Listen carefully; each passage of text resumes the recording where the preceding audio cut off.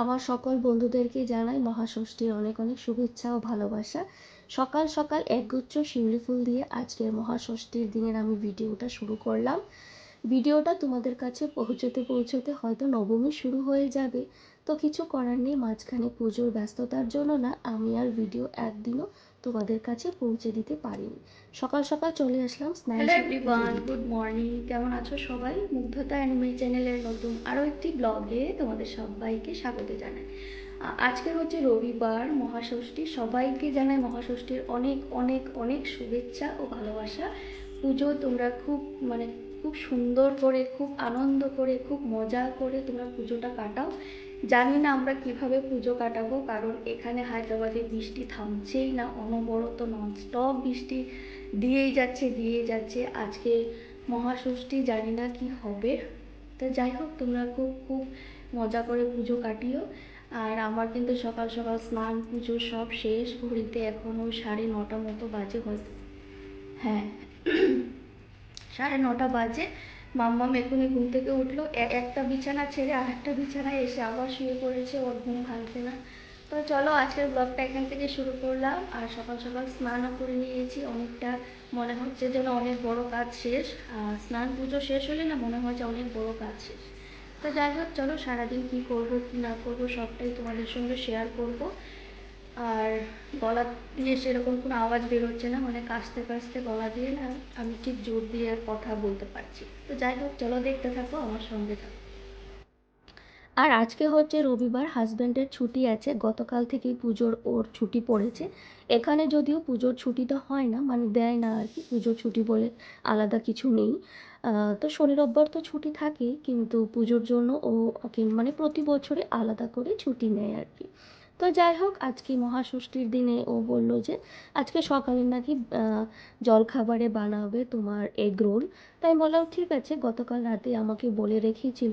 যদিও আজকে আমার এক জায়গায় বেরোনোর আছে, অনেকটা আমি খুব মানে তাড়াহুড়োতে আছি, তো ভাবছিলাম মানে যতটা তাড়াতাড়ি মানে কিছু একটা বানিয়ে খেলেই আর কি হয়ে যেত। আর দেখবে এসব জিনিস বানাতে কিন্তু অনেকটা সময়ের প্রয়োজন। আর এদিকে কিন্তু আমার অনেকটা লেটও হয়ে যাচ্ছে, তারপর আবার দুপুরে রান্নাবান্নাও করতে হবে। তো যাই হোক, ভালো একটা কিছু জিনিস খেতে হলে বা ভালো করে টেস্টি টেস্টি করে খেতে হলে কিন্তু অনেকটা সময় তার পেছনে কিন্তু দিতে হবে। আর ওদিকে দেখছো মামামও কিন্তু ঘুম থেকে উঠে গেছে। আর বৃষ্টির কথা কি বলবো, বৃষ্টি তো থামার নামেই নেই, বৃষ্টি কিন্তু থামছেই না। বাইরে কিন্তু এখনও বৃষ্টি মানে পড়েই যাচ্ছে। আর এই তো আমাদের কিন্তু এগ রোল একদম রেডি। আর কিভাবে কি করে বানানো হলো সেটা নিশ্চয়ই তোমরা দেখেছো, বুঝেছো। আর আলাদা করে কিছু বলার প্রয়োজন হয় না, কারণ আমরা এগ রোল বানাতে বাড়িতে সবাই জানি, সবাই পারি। আর এই তো তিনজনের জন্য 3টে এগ রোল বানিয়ে নিল। মাম্মাম কতটা কি খাবে আমি জানি না। আর ওর কিন্তু সকালের ব্রেকফাস্ট কমপ্লিট, আর ও খুব একটা বেশি খাবে না আমি জানি। তো আমি আমারটা খেয়ে নিই, তারপর দেখা যাবে।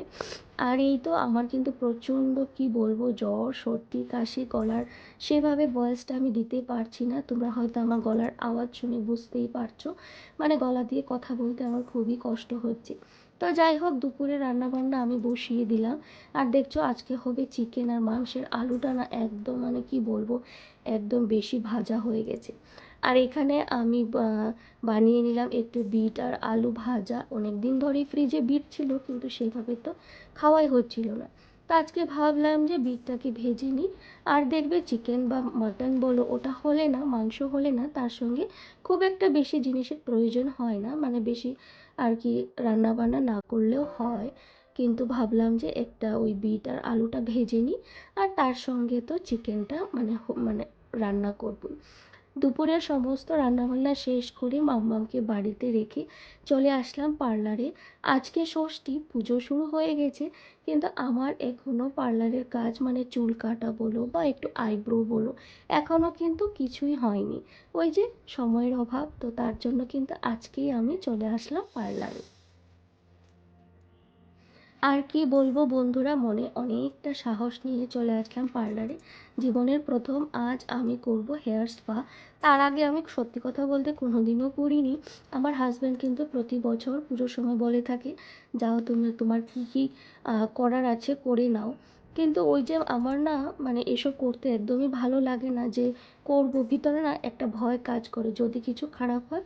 তো কি বলবো, আর অনেকটা সাহস নিয়ে মনে জোর নিয়ে চলে আসলাম।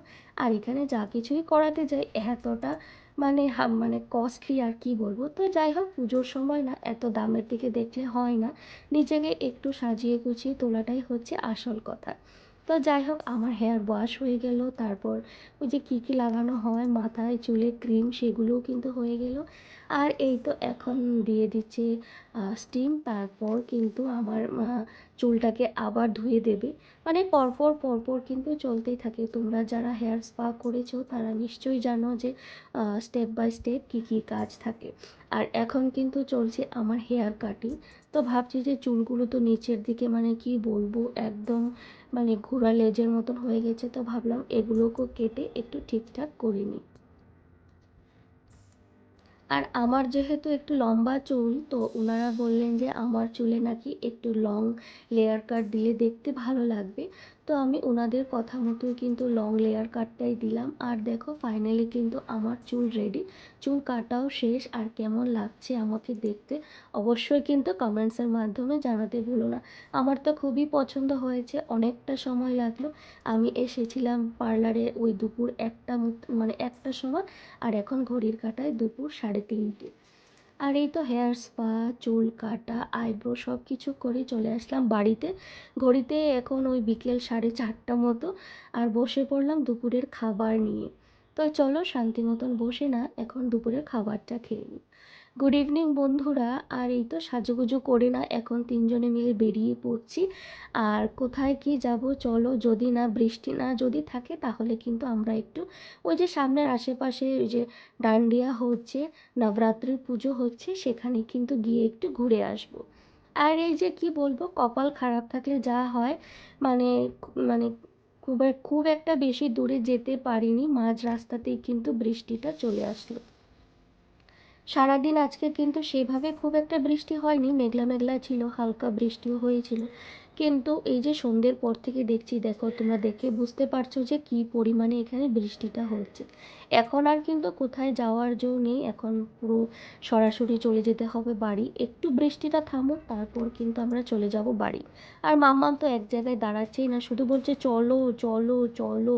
মানে ও আর এক জায়গায় দাঁড়াতে পারছে না, কতক্ষণে ও একটু বেরিয়ে পড়বে। তো বন্ধুরা আর কিছু করার নেই, জানি না কালকে সপ্তমী, যদি বৃষ্টি যদি এরকম পড়তে থাকে তাহলে কিন্তু আমাদের পুজো দেখা একদমই বাতিল। তো চলো আজকে আর বেশি কিছু শেয়ার করতে পারছি না, চলে যাব এখন বাড়ি। আজকের মতন ভিডিওটা এখানেই শেষ করছি, তোমরা পুজো খুব ভালো করে কাটিও। চলো আজকের মতন টাটা বাই, গুড নাইট।